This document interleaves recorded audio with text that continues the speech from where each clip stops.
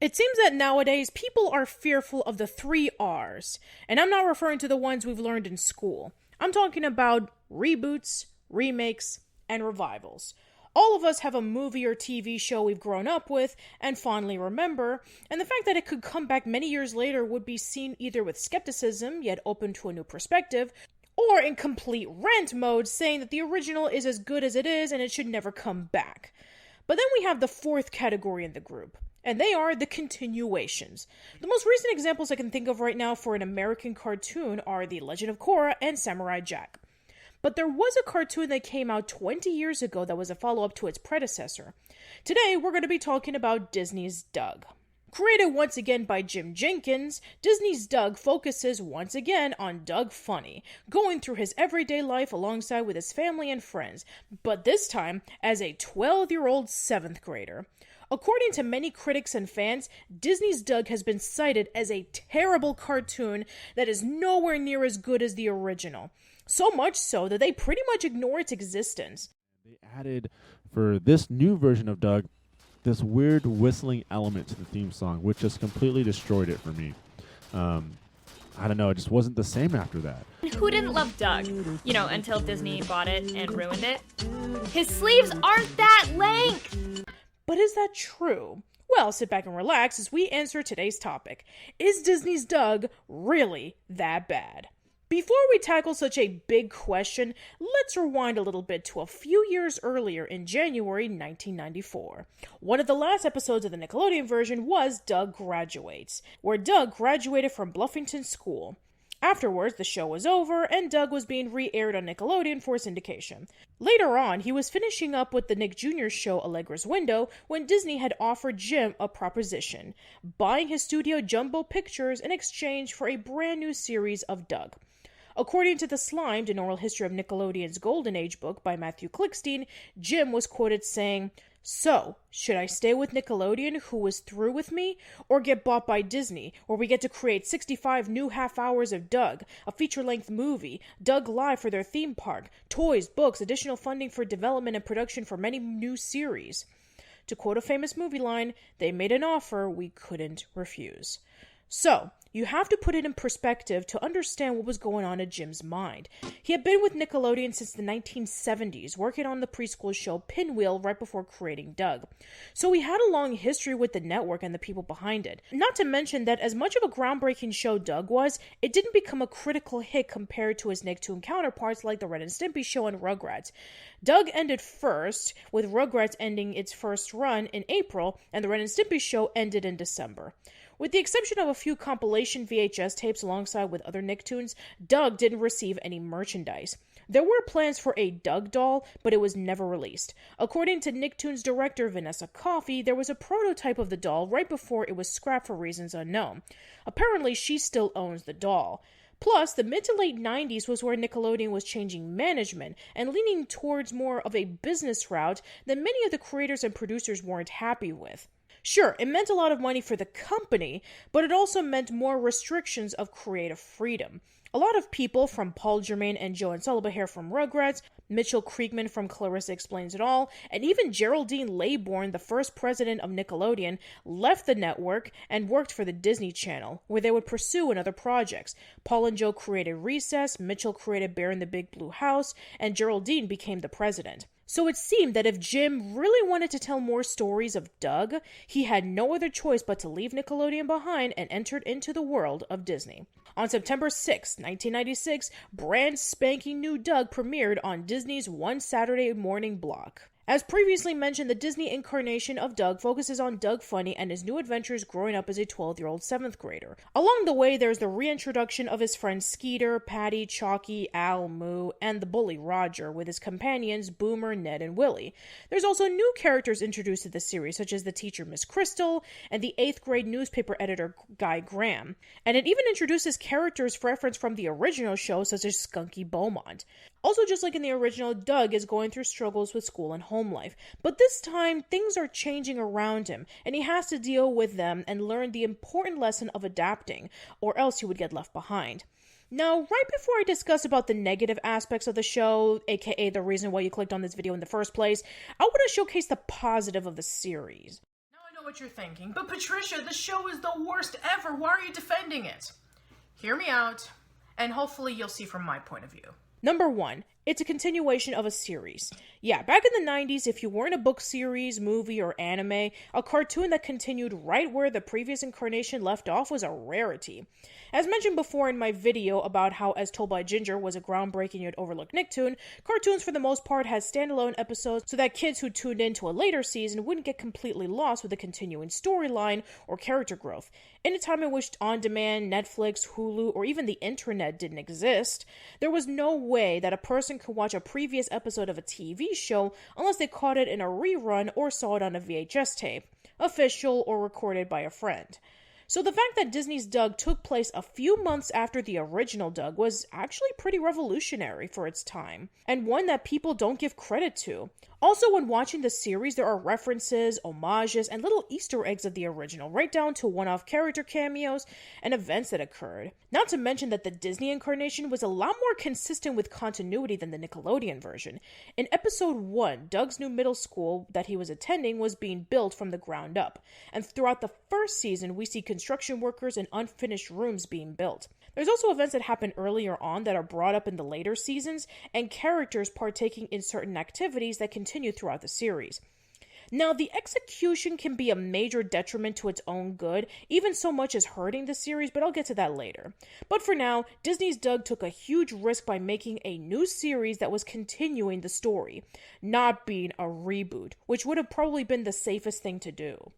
Number 2, it focuses a lot more on the side characters. One of my major gripes on the original Doug was that the show was mostly about Doug, and that the side characters, while more interesting than Doug, never had that much time in the spotlight.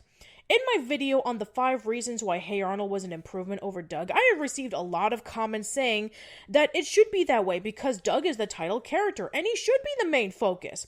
True. But I feel that even a title character should have side characters with the same amount of care and attention to detail. Not as much as the protagonist, sure, but I wanted just a little bit more on the other characters. At first, Disney's Doug stuck to mostly focusing on Doug. But as the series continued onward, the other characters had gotten not only their time to shine, but even episodes dedicated to them. There were episodes that focused on Skeeter, Roger, Connie, Alan Moo, Patty, Judy, and even Quailman. That was a nice change of pace for the series, and it revealed a little more insight on them that we never got in the original. Let's talk about Skeeter. Around the second half of the series, Skeeter discovers something mysterious at Lucky Duck Lake, which he believes is a monster.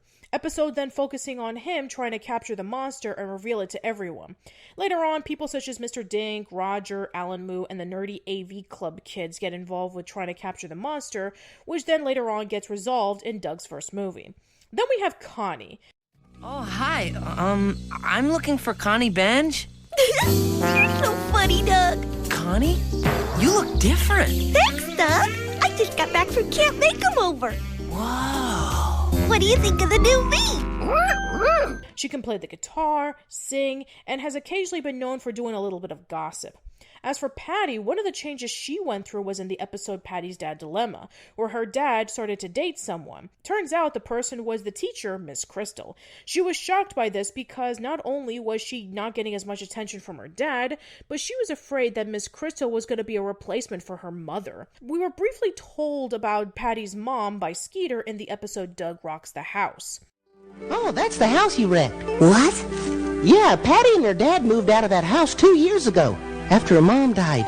Didn't you know that? Say, do you think maybe that's the reason she's upset?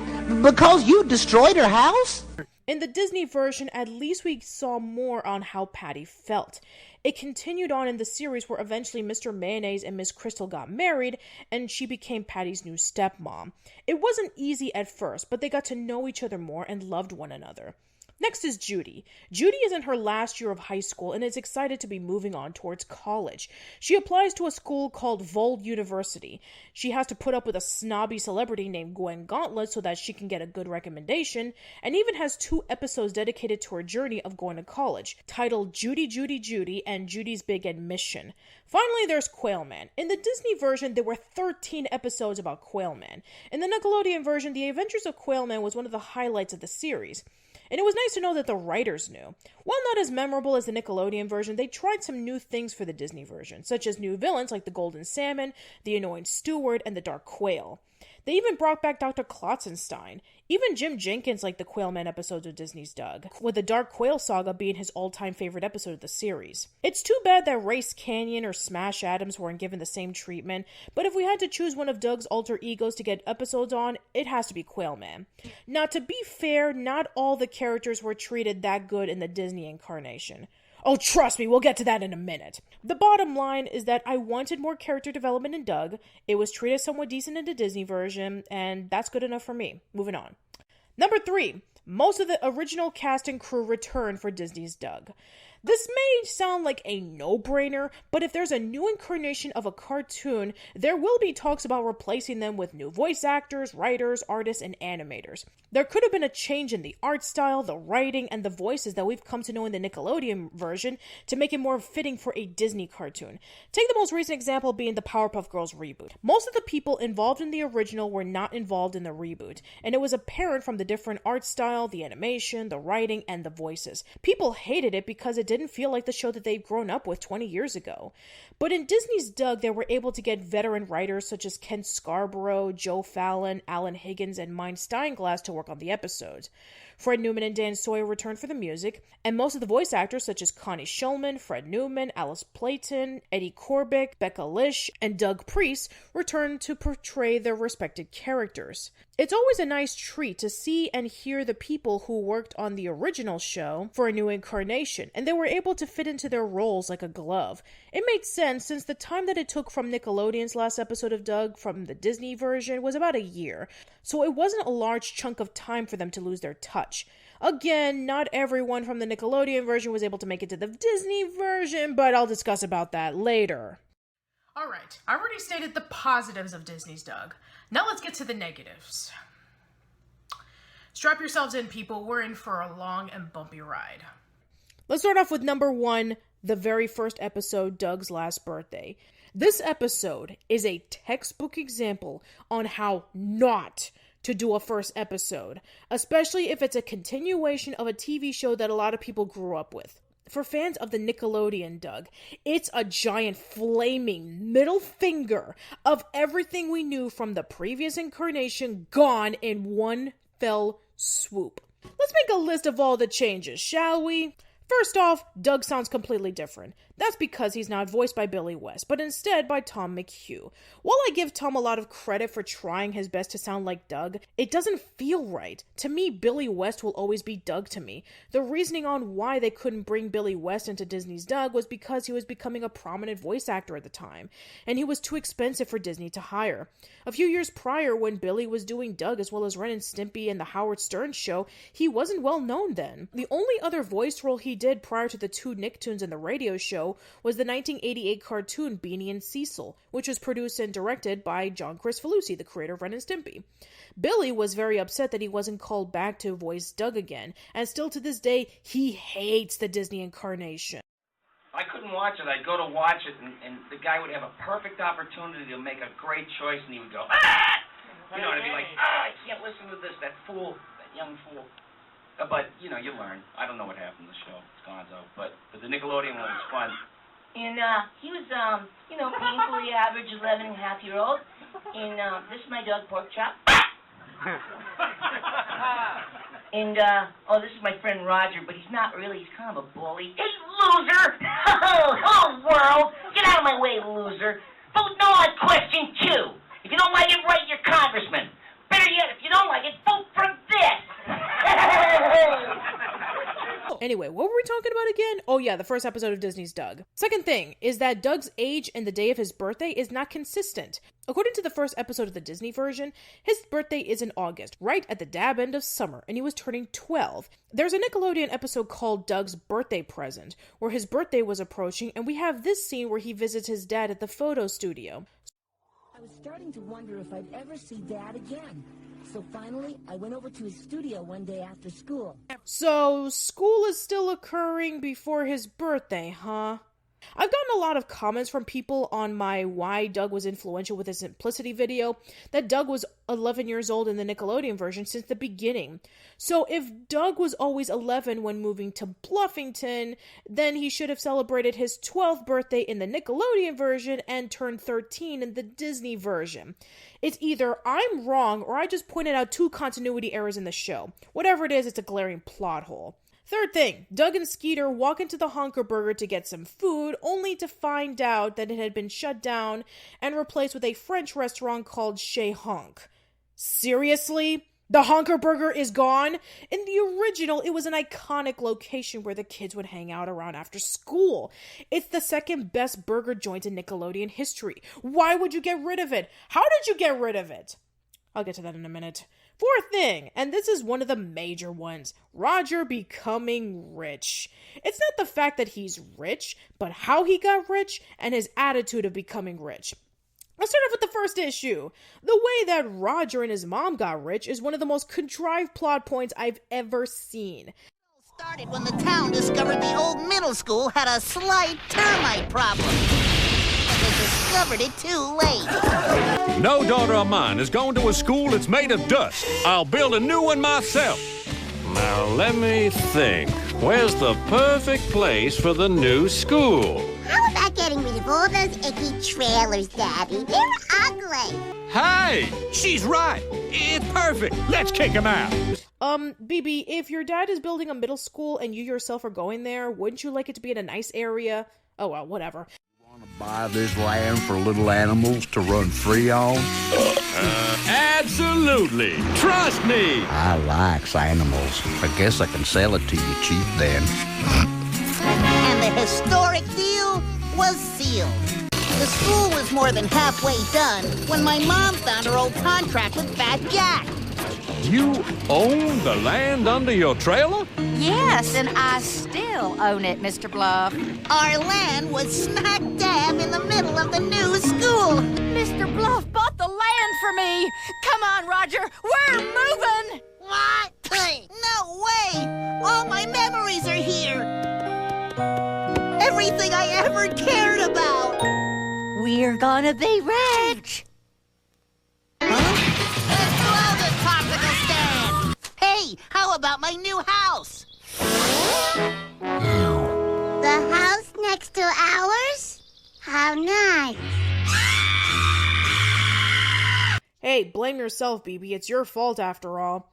Second thing is Roger's personality and attitude. He's now a complete tool who acts more like a scared coward. He acts like a bigger jerk to Doug without any of the charming one-liners.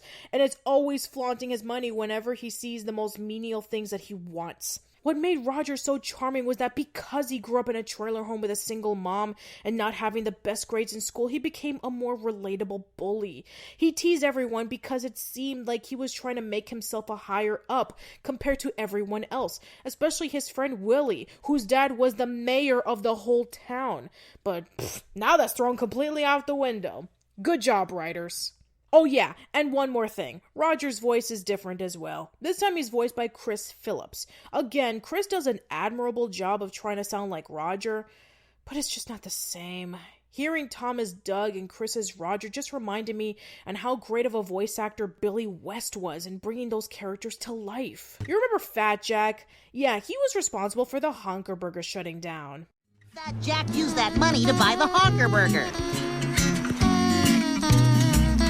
He wanted to call it Fat Jack's, only he didn't know the French word for fat. Well, I guess Glue Jack wouldn't have been a catchy name anyway. You think that's stupid? Oh, we're just getting started. Fifth thing, when Doug sees Alan Moo, they talk about the upcoming Beats concert. Their farewell concert. What? Didn't you read?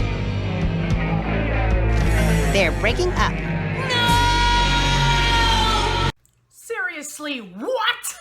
The Beats was one of the best fictional bands of all time, performing memorable songs such as Killer Tofu, Shout Your Lungs Out, and I Need More Allowance.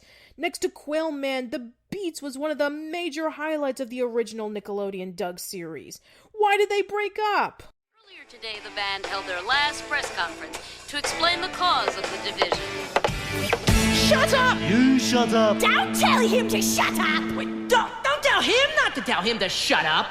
Oh, this is so forced. I get that bands break up all the time for stupid reasons, but at least it had context, whether it be a disagreement with their agent, their band members, or whatever. Just the fact that they now hate each other for no reason came completely out of nowhere.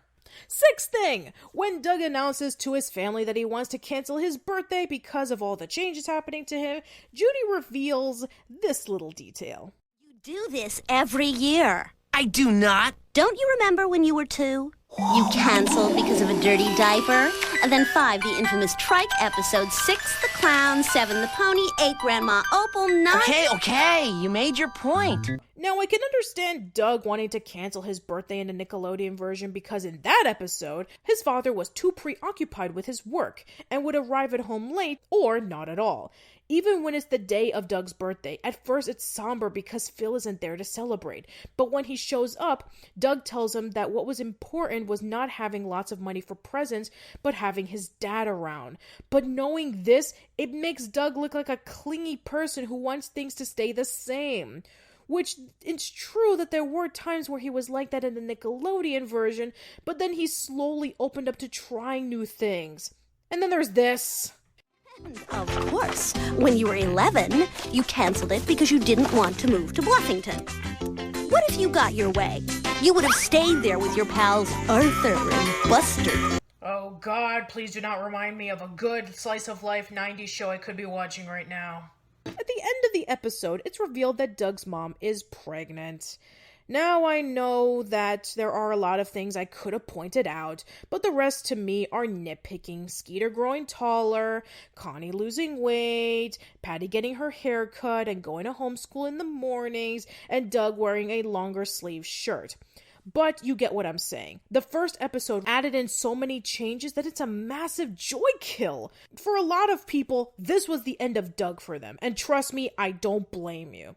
Also, I'm curious about how the newcomers felt. Pretend that you're 9 or 10 years old. You've never seen the Nickelodeon version of Doug, and you tune into this episode as your first introduction to Doug, his friends, his family, and the town of Bluffington.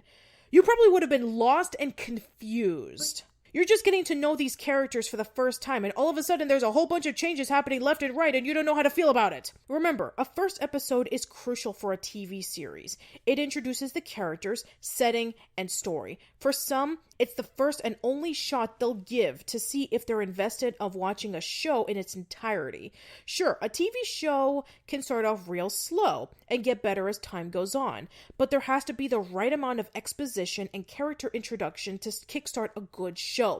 Disney's Doug is a poor example on that. It fails as a continuation for the old fans, and it fails as a starting point for the new ones. It felt like the changes were there for the sake of having changes to differentiate from its previous counterpart. Now, I think that the concept is not a bad one.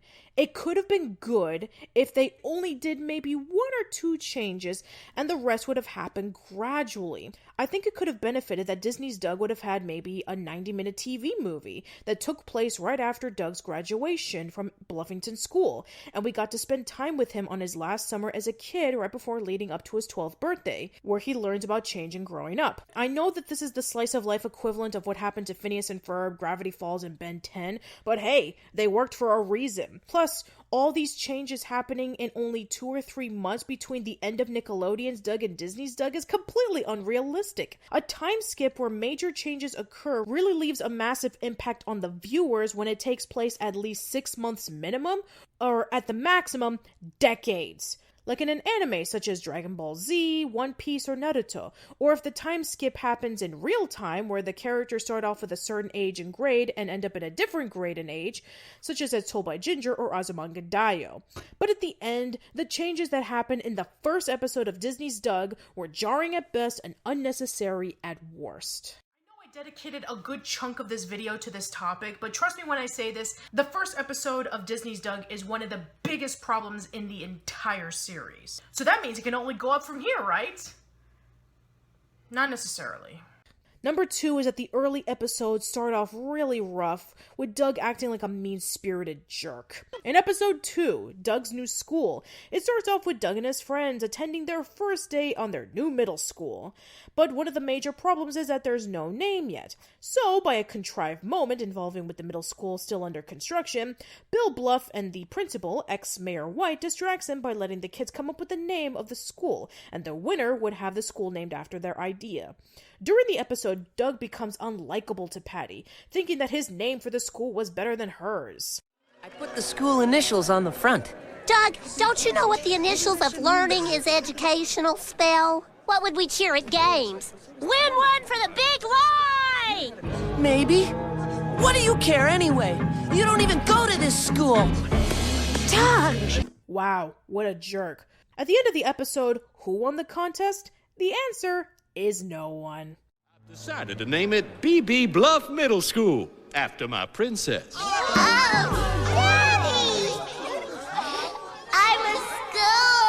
What a complete waste of time. If Bill Bluff was going to end up naming the school after his daughter anyway, he should have done that in the first place. Then we have episode 4, Doug's Hoop Nightmare, which is a prequel episode that takes place as the first day of summer. Doug's friends are at camp and he has nothing else to do. That is until he learns that Patty is going to a sports camp, and Doug decides to go along with her. There's a basketball tournament coming up between a rival camp, and Doug isn't very good at shooting hoops. So Patty and Chalky teach Doug on how to score points every time he throws the ball. But it's the granny throw, and Doug is very embarrassed on it. Instead of being thankful that Patty and Chalky are helping Doug out to not making him look like a fool in the tournament, as well as taking their time for their own personal training, he does this. Doug, that's the 8th time you missed that shot. Why won't you shoot the ball like we practiced? 'Cause I look like a dork that way. Yeah, right, like there's nothing dorky about shooting air balls. Oh, now you think I'm a dork? No, Doug, you're missing the point. Doug, you can't expect to hit baskets without practice. You gotta work at it. Oh, that's easy for you to say, mister. I'm such a natural superstar, so I hog the ball all the time. Doug, the point is... The point is, you know I'm not gonna get to play in the big game anyway, so you can just stop babying me. See you tomorrow, coach. Seriously, Doug, not cool. In the Nickelodeon version, it has been established multiple times that Doug isn't a great athlete, and Patty has helped him with teaching him tricks to do well in sports, such as playing baseball in the episode Doug at Left Field. Then when the game began, the first half turns out to be disastrous because Doug's insults affect the gameplay of Patty and Chalky. Then we have episode 9, Doug's Big Comeback. Roger says a lot of insulting comebacks to Doug, and Doug tries to do the same without being able to. Then he starts watching Mr. Dink's old home movies featuring comedian Rick Nichols. Doug becomes the comeback king, where he gets Willie, Boomer, and Ned to be his friend. But then he takes it too far by insulting his friends and even his own mother. All right, Mom, you eat like a bird. A really big bird. You're supposed to be eating for 2, Mom, not 200. Fat! Fat?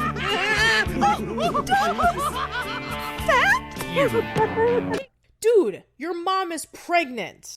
I won! Come on, Dad, get her. It's a good thing she won. I'm not saying she's a sore loser, but she gets mad when she loses her breath. Attaboy, Doug. Let her have it. She's such a sorehead. It's a wonder her hair's not black and blue. That's cold, Doug. Real cold. Next is episode 10, Doug Directs. The Founders Day pageant is coming up, and Judy is unable to direct the actors. I've got someone who's perfect for the job. Really? You do? Oh, man, that's great! Who is it? You!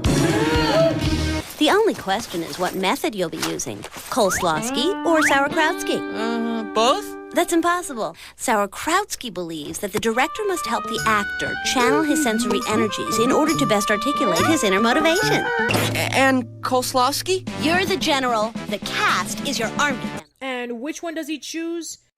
Okay, people, now that we're all here, as you know, I'll be taking over as director for Judy. Yep, he wants to push everyone around like a drill sergeant. You know, I do admit that Doug was never the most complex character in the series, but at least for many, he was a role model. Doug was a kid who had gone through many struggles that people gravitated to. According to many interviews from people such as Jim Jenkins to Vanessa Coffey, they were told by many people on how Doug made them a better person. Even in the 25th anniversary celebration of the 3 original Nicktoons, Billy West still saw this effect in the new generation of viewers. One day I just asked this little girl, what do you like best about Doug? And she said, because he would never lie to me. He would never betray me. He's loyal. Doug is loyal. And here I did this sweet show, which happened to be my favorite. I got all choked up. I didn't mean to get choked up, but I did. So seeing Doug in the first handful of episodes acting not only as a jerk, but not as the optimistic kid going through everyday problems is not only very off-putting, but very sad to see. Number 3. The writing and the pacing of the episodes. A lot of the episodes, when rewatching them again, are either rehashes of episodes that happened in the Nickelodeon incarnation, or had very contrived moments that created or continued the conflict. Going back into Doug Directs, it's very similar to the Nickelodeon version titled Doug's on Stage, where Judy is called to be the director of the pageant. She does a complete change that involves with having the founder of Bluffington being an astronaut, and the remaining cast members dressing up as a fairy princess, peas, and a pot roast. It was weird and unorthodox, but people loved it because it was so different than the other pageants. In the Disney version, all the actors come up with unique ideas to differentiate the story of Thaddeus Bluff, but Doug wants to keep it traditional, which is odd considering that he didn't like the original story in the Nickelodeon version, calling it boring. He ignored their suggestions, and he continues to push them around. But then when the power went out because of a snowstorm, because a bunch of snow just so happened to fall down all at once, trapping them in the school, they look around to see if there's a way to let the outside know that they need help from being snowbound. In one scene, BB brings out her computer to see if maybe she can go on a chat to send out a message for help. Good thing I have my laptop in my locker. We can reach someone online. Don't you need a phone line for that? No, it's totally wireless. My daddy gave me my own satellite. It was the 90s. While BB and Patty are arguing, Connie pushes a green button which ends up exploding the satellite. Question: why was there a self-destruct button on the laptop? How could you blow up a $10 million satellite? Well, if you ask me, putting a button on your computer that blows up a satellite is a stupid idea in the first place. She's got a point, BB.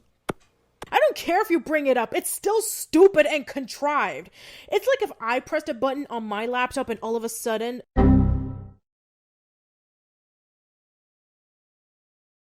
At the end of the episode, Doug realized that treating his friends like soldiers from an army was wrong, and brought their ideas together to make a unique pageant, which was the most obvious thing to do starting from the very beginning. Yeah. If it wasn't for the fact that the plot tries to force conflict to teach a paper-thin story that people can see from a mile away, this episode wouldn't exist. Plus, the concept of a person going too far to make a school play as perfect as possible was done better in another show. In the Arthur episode, Francine Frensky Superstar, Francine is given the lead role of Thomas Edison after Arthur, Buster, and the rest of the gang beg Mr. Rapper to give her a good role in the play, because she's had some bad roles in the past. But then she takes it too far and pushes the actors around, making sure that the play runs really smooth.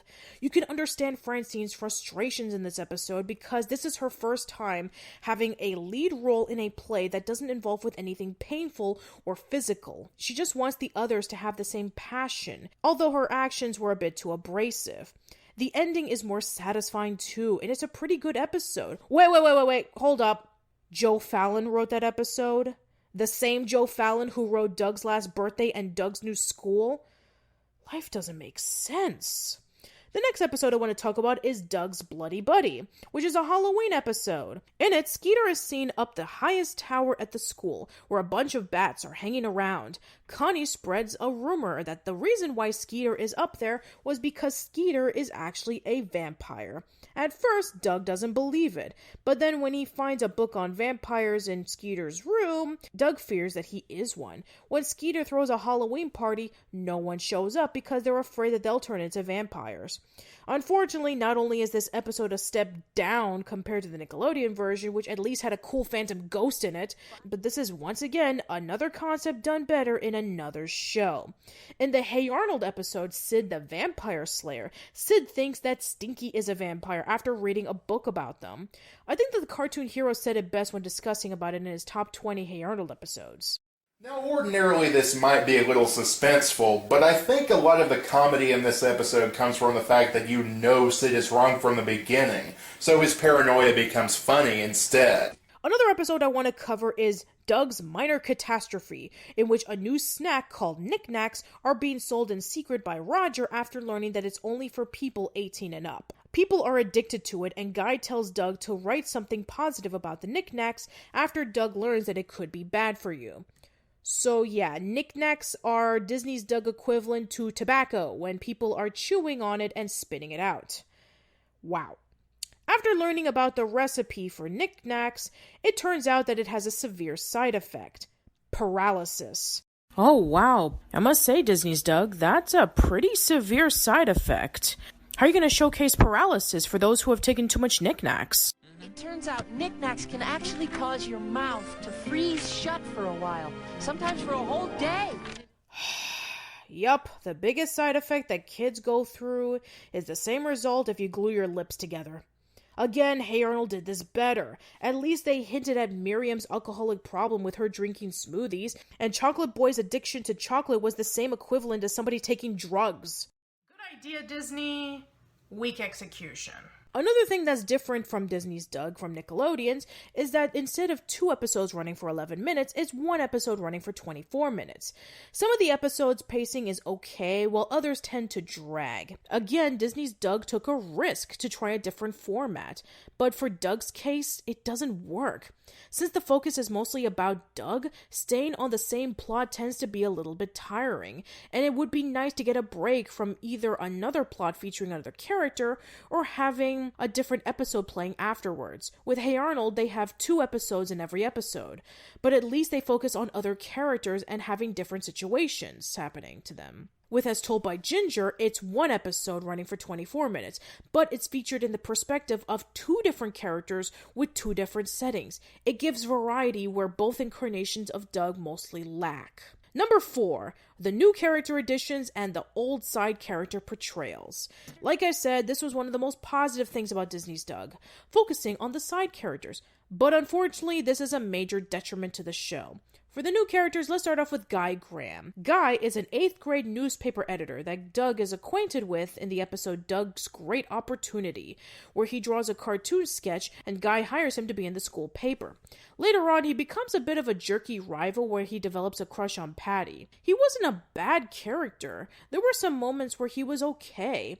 He was at his absolute jerkiest in Doug's first movie, where he stole Doug's spot for helping Patty at the Valentine's Day dance and revealed to Bill Bluff the monster of Lucky Duck Lake. More on that later. Next up is the newest addition to the Funny family, Cleopatra Dirtbike Funny. No, I'm not joking, that's actually her name.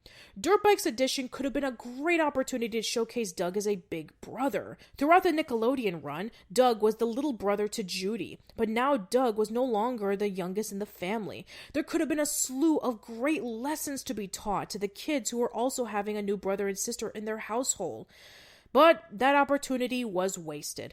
Dirtbike was a pointless addition to the series and was once again an example of having change for the sake of change. Although she's not as annoying as Baby Dill from Rugrats, Dirtbike didn't need to exist. The next person is Skunky Beaumont. In the Nickelodeon version, Skunky was mentioned a handful of times in the series, but he was never shown. The only thing we knew about him was that he was a troublemaking kid who was either in detention or at the guidance counselor's office. When the Disney version finally revealed who Skunky was, he turned out to be a generic stoner surfer dude. Warning you, Beaumont, things will be different here. 1 stink bomb, 1, and you'll be doing time in our new high-security detention hall that I call our new high-security detention hall. Cool. They're working on it. Whoa, snow. Totally torque. To be quite honest, I think it was better that we didn't know who he was. In Hey Arnold, Gerald knew a guy named Fuzzy Slippers and told him things from the legends in the neighborhood to know good people like Johnny V. We never saw him in the series, but we didn't need to. Just the mystery of the character was enough. The new teachers introduced in Disney's Doug are pretty forgettable, except for one. Miss Crystal. Miss Crystal was sort of like Judy, in which she loved literature. She dressed up in different costumes and she reenacted scenes from the books that she read. She was at least interesting and a nice addition to the series. Plus, as mentioned before, Miss Crystal's role would later expand by being Patty's stepmom. There's one more person I want to bring up that was introduced to the Disney version, that was mentioned in the Nickelodeon version, but never seen. Roger's dad. Yup, Roger's dad appears in Disney's Doug. In the episode Doug's Movie Madness, Roger's dad comes for a visit. Unfortunately, his introduction is really disappointing. Hey there, yourself! Hey, didn't have time to change. Came straight from work. What's with the flappy shoes, Dad? Just got them. What do you think? I like them because they got a lot of soul. You get it? Remember in the episode Doug and Patty P.I. where the bumper stickers for the father-son wheelbarrow race was stolen, and it turned out to be Roger who hid it? And why did he do it? His father doesn't live here anymore, and I guess if Roger couldn't race, he didn't want anyone else to. So you would expect a meeting between a father and son separated for many years would be a touching reunion. But nope, not really. The focus of the episode is about the kids wanting to see a movie called Target Man, and their parents forbidding them to see it because it's too violent. Doug and Skeeter sneak into watching the movie, where we see Mr. Klotz dragging Roger out of the movie, saying that he doesn't want him to see it. They both walk away, and that's it. As far as I'm aware, this is the only time in the entire series we see Mr. Klotz. Again, what a wasted opportunity. Enough with the new characters, time to focus on the old ones. Let's start off with Alan Moo. In the beginning of the series, Moo went through a phase where he dressed up in different clothing and started hanging out with a new group of people that isn't his brother. Al is very concerned and wonders on how he can get his brother back. At the end of the episode, he decides to join him. In the next episode, they both dress up in similar clothing. But then later on in the series, they're dressed in their old clothing and do scientific activities together. What happened? Did Moo lose his friends after Al started joining them? What made them return to their old nerdy selves? Was there something I missed? Now, to be fair, at the time of the making of this video, only 2/3 of the series is available online because Disney has never released the series on DVD. And the only way to see it is by old VHS recordings, so I cannot say for sure. But there must be something I missed. Let me know in the comments if you know. Next up is Skeeter. The first half of the series, he's like his usual funny, goofy self. But then when he makes the discovery that there's a monster living in Lucky Duck Lake, that becomes his main focus in the second half of the series and Doug's first movie. So Skeeter's fun personality is put on the side for half the series to try to catch the Lucky Duck Lake monster. Now we go to Connie. Connie was shaping up to be a really interesting character that, if given more episodes, would have had the most growth in the entire series. In the Nickelodeon version, she was an overweight girl who was kind of a wallflower and had a minor crush on Doug. But when she lost weight in the Disney version, she seemed to have gotten a lot more confident. A handful of episodes such as Doug's Dougapalooza and Doug's Sour Songbird had Connie singing and playing guitar and being recognized as being talented. But sadly, it seemed like she wasn't utilized very well. A big example that she would have shined was in the episode Doug's Chubby Buddy. Patty is going through body issues after seeing a commercial about unhealthy fat in your body and is being pressured to go on a diet. She takes it way too far when she increases her exercise and skips eating.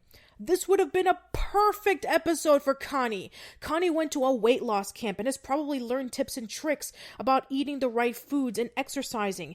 It would have been great if she would have taught Patty that starving yourself is wrong and that being underweight is just as dangerous or not more dangerous as being overweight.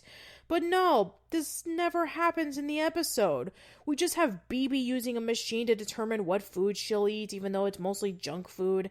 As for Doug and Skeeter, they were too busy creating a female monster out of junk to lure the monster from Lucky Duck Lake. Plus, it was Doug who offhandedly made Patty go through the workouts in the first place. So once again, another lost opportunity. Then we have characters from the old series that were brought back for only one or a few episodes, and they're not done very well. In Doug's Hoop Nightmare, Percy Femur, Mr. Bones' nephew from the episode Doug Saves Roger, appears in the episode as a spy for the rival camp, revealing on what Coach Spit's secret weapon is. Then he makes a change for the good when Doug apologizes to Patty and Chalky for acting like a jerk, and Percy decides to help their team win the basketball game. Speaking of Mr. Bone, in the episode Doug's Secret of Success, Mr. Bone returns as the vice principal of BB Bluff Middle School. It's not even well thought either. It turns out Mr. Shalacky got a shipment of career aptitude tests. Mr. Frumpley never really did much, so he had lots of time to fill one out. You can't quit! I must! Now I know the job I'm destined for. Millionaire industrialist by day, Cape crime fighter by night. Wrongdoers everywhere, beware the avenging tale of the Beaver! Now he's covering up something. Ooh, big dog. No depth perception. He's perfect. Again, this is really forced. Why is Mr. Bone no longer working at Bluffington School? Did he get fired? Was he replaced by another vice principal? I don't know. The show never addresses this. He's just there because he was in the original Doug and we have to bring him back. Okay, here's an example of a TV show that did it right. In The Legend of Korra, they brought back the fan favorite character Toph from its previous incarnation, Avatar The Last Airbender, in Season 4. They didn't include her in the show just for the sake of, she's a character from the last show, let's bring her back into this one because everyone loved her. No. There was an actual purpose. You see, throughout the beginning of the series, we're introduced to Toph's daughter, Lynn, who is a police officer of Republic City. Lynn had a strained relationship with Toph when compared to her younger sister, Su-Yin, whom they were a lot closer. When Lynn and Toph met up with one another, we actually got to learn more on why they didn't get along very well. There's also the fact that Korra needed Toph's help to remove the metal poison from her body that she received from the villain Zahir from Season 3. Otherwise, she wouldn't return to the Avatar state. So, with that said, did we really need to see Mr. Bone come back in Disney's Doug? No, not really. Let's move on. Finally, number 5, the continuity. For as much as Disney's Doug keeps some things consistent by bringing up past events from the series, there are some things that completely miss the mark, and it hurts the series badly. In the episode Doug's Friend's Friend, Doug notices that Skeeter hasn't been around to hang out, saying that he needs to pick up shoes. But in reality, he's dating BB. Doug becomes jealous and wonders on why Skeeter would be interested in dating BB. I don't know why Doug is contemplating on that question since he should already know this. In the Nickelodeon version, there was an episode called Doug's Secret Admirer, where Doug had been receiving notes from his secret admirer in his locker. It was then revealed that the secret admirer was BB. Doug confronts her saying that they're not meant for one another, but then she tells him that the letters were not for him and that she put it in the wrong locker. They were meant for Skeeter. So Doug already knew that BB had a crush on Skeeter. Sure, Skeeter didn't like BB in that way, but this wouldn't be too shocking. Plus, Skeeter is aware that Doug has a huge crush on Patty, and Doug would do the same thing for Skeeter if Patty developed a crush on him. Plus, Doug has ditched Skeeter numerous times in the past to be with somebody else. So, Doug, if you can ditch your best friend and he cannot do the same for you, then you're a jerky hypocrite. Now, you might be saying in the comments, oh, but Patricia, that was from the Nickelodeon version. You didn't expect the writers to keep everything in continuity. Okay, fair enough. Let's talk about a continuity error from the Disney version. In the episode Doug's Sour Songbird, it's Bluffington Pride Day. There's a contest approaching, and it involves with people coming up with the new official Bluffington anthem. Patty came up with a great song with good lyrics. The problem is that she can't sing. Hometown is ice cream and soccer games at school. Walks with Dad on weekends when the air is turning cool. My hometown is neighbors, children, cats, and dogs, and watching folks with sun up on early morning jogs. Doug lies to her saying that she's a wonderful singer when in reality she sucks. I don't know why Doug is surprised that Patty couldn't sing because we already knew in a previous episode called Doug's Big Panic where we hear Patty sing. There's an audition for a play involving with Leonardo da Vinci and Mona Lisa. Patty goes to the audition and she doesn't have the best singing voice. I'm mysterious Mona. I'm not one to gush at that boy with the brush. I'm mysterious Mona. I might just faint if you touch my wet paint.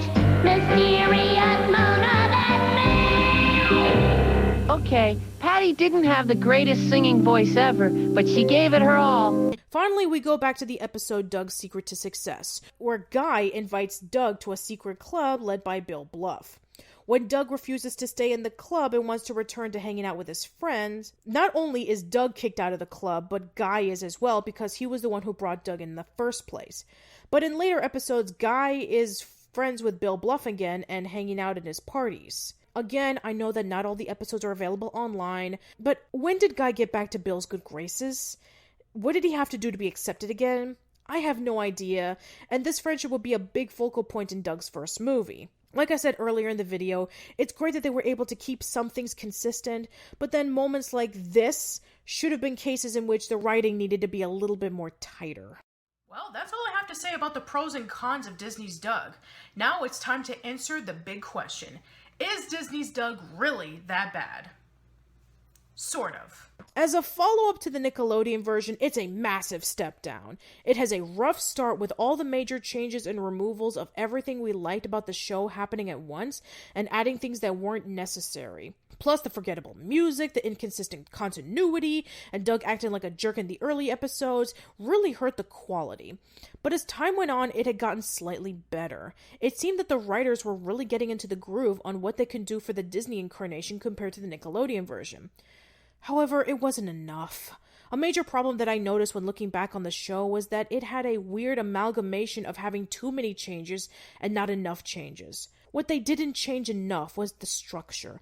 Back in 1991, Doug was a groundbreaking show because there hadn't been a lot of slice-of-life cartoons in America. The last one was at least the Charlie Brown and Snoopy show back in the 80s. But times had changed, and because of Doug's influence, other slice-of-life cartoons came out and did the concept better.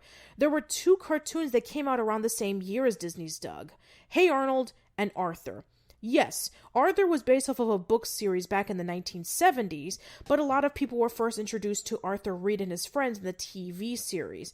Not only was it a good adaptation of the books, but there were a lot of episodes that taught a lot of risky and relatable lessons. Same thing with Hey Arnold, in which it had a large cast of characters, both kids and adults. They were memorable, they were three-dimensional, there were episodes focusing on the side characters, and they told a lot of risky and relatable stories.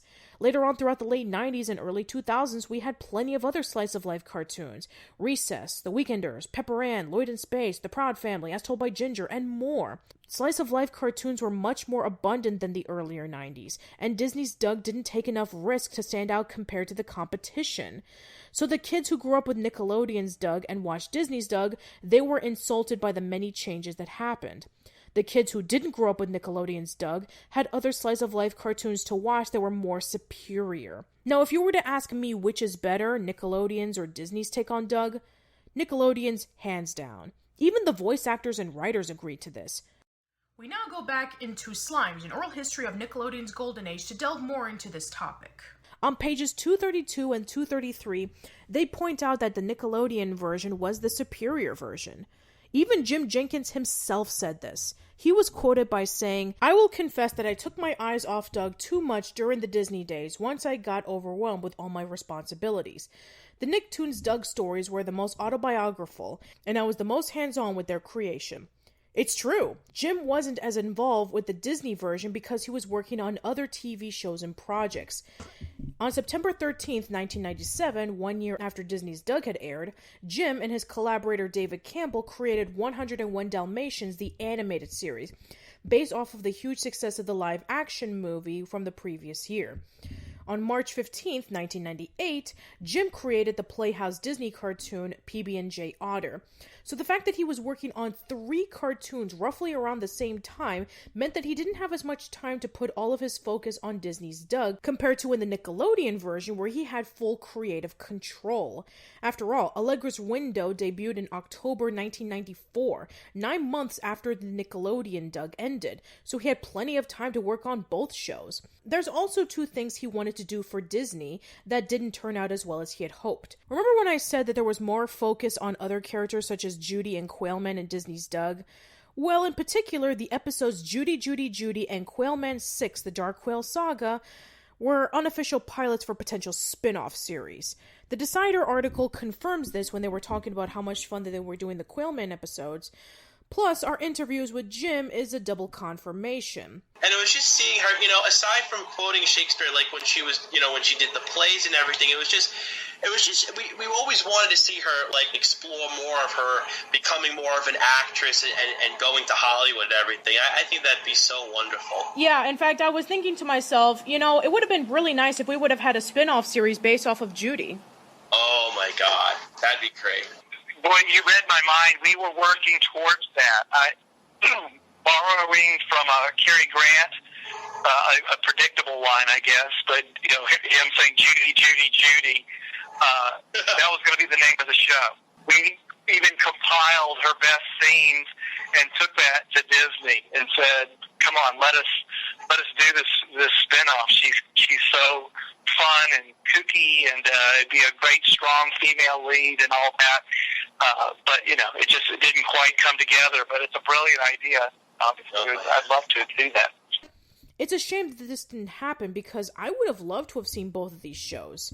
But sadly, it was rejected. Regardless on what people thought about Disney's Doug, it became a profitable hit for the company.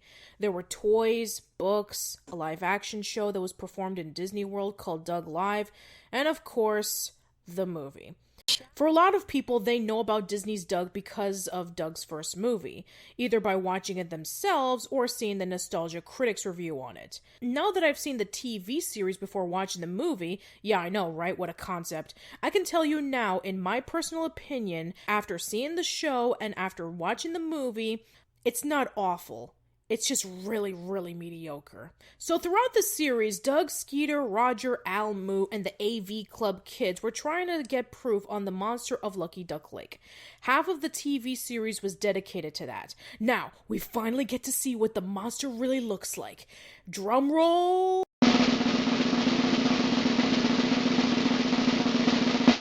Really? That's what it looks like? That's what it was leading up to? I'm not angry, I'm just disappointed. It's a friendly monster who immediately gravitates to Doug and Skeeter, with the reasoning being that the lake is being polluted by Bill Bluff and his company. As far as I know, no episode in the series has had Bill Bluff building a pipeline dumping the pollution. If there would have been a hint to that, then that would have been a nice little touch. But nope, it's just there because this movie needed conflict. Oh, and by the way, if you are going to throw in the whole pollution thing and monster of Lucky Duck Lake, you know who would have been a better choice? Chester. In the episode Doug's Big Catch, Mr. Dink had been wanting to catch a fish named Chester for over 20 years. Sure, Chester started off to be a really small fish in the end, but maybe the pollution would have made Chester grow into a ginormous size. He looks much scarier than Herman Melville. Also, again, this concept was done better. Remember the Hey Arnold episode Big Caesar, where there's a mysterious fish in the lake and nobody knew of its existence, and Arnold and Gerald go and capture it, and it turns out that the legend is true, and eventually they let it go? Yeah, they were able to pull that off well in a TV episode. This is a movie. There's no excuse. Oh yeah, and there's also the plot about the Valentine's Day dance coming up, and Doug wants to pair up with Patty to prepare for it, but then Guy comes along and places himself with Patty to do the preparations at Funky Town.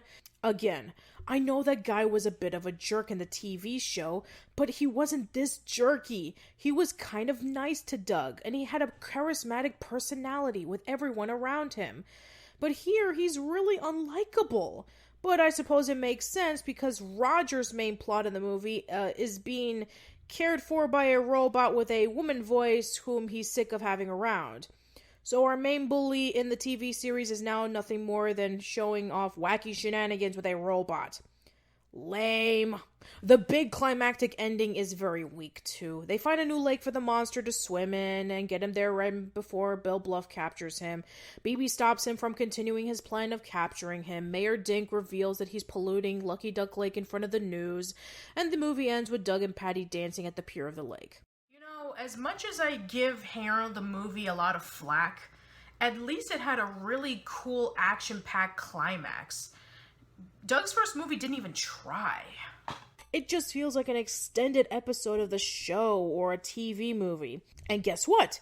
It was supposed to be. Doug's first movie, originally called The First Doug Movie Ever, was originally supposed to be a direct-to-video movie, as shown here on this trailer. But instead, the movie was released in theaters at the last minute. Why? Well, it's all thanks to this one man. Joe Roth. Joe Roth, who worked at Disney at the time, pitched the idea of having the direct-to-video Doug movie become a theatrical movie to former Disney president Michael Eisner around lunchtime. But he didn't pay attention to the idea. In fact, no one paid attention to Disney's Doug.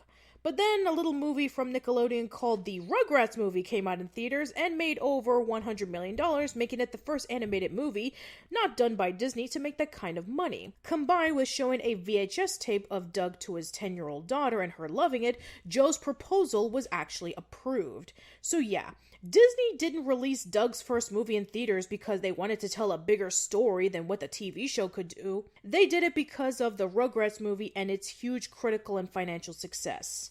You want to know what's hilarious about the behind-the-scenes story on Doug's first movie? This LA Times article dating back to early March 1999, a few weeks before the movie came out in theaters, quote, Viacom's hyper-competitive chairman, Summer Redstone, wasn't happy to learn that recently that Walt Disney had an animated movie version of the children's animated TV series Doug coming out this month. It still sticks in the media mogul's craw that Viacom's hip family label Nickelodeon dropped the ball 3 years ago and let Disney get a hold of one of its top-rated programs and coveted kids franchises.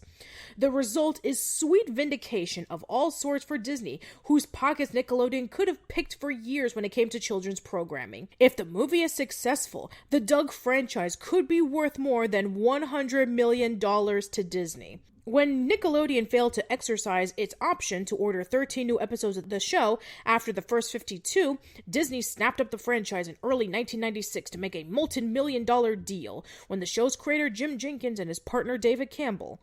The arrangement included buying the partners' New York-based company Jumbo Pictures for $5 million and signing them to a 5-year contract with stock options to be Disney executives. Although Doug may not have the drawing power of Rugrats, it has the potential to be very profitable for Disney, given that it costs only $5 million to produce, and will probably cost an additional $20 million to $25 million to market. Disney expects that if the film grosses $40 million domestically and sells 4 million video cassettes, the company could stand to make a profit of $75 million or more depending on how it performs internationally. End quote.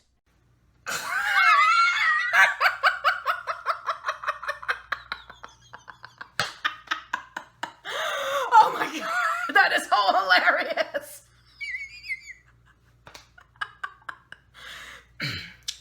Sorry. If there's one instance in which hindsight is a bitch, this is one of the cream of the crops. This person really thought that Nickelodeon dropped the ball on letting Doug go to Disney, and that Disney would even remotely give this much attention to marketing a movie based off of a TV show they didn't care about. Plus, $20 million to market, $40 million in the box office, and $75 million overall with the VHS tapes included. How much did Doug's first movie make overall? Yup, $19.4 million. It wasn't the $100 million they were hoping for, but it was a decent enough profit for Disney, calling it a financial success. As for reviews, they were pretty mixed.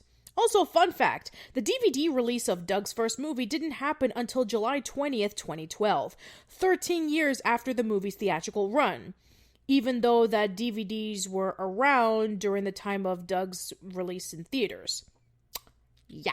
Bottom line, Doug's first movie in theaters was nothing more than a cash grab to try to catch up with Nickelodeon and their major success with releasing a movie based off one of their TV shows.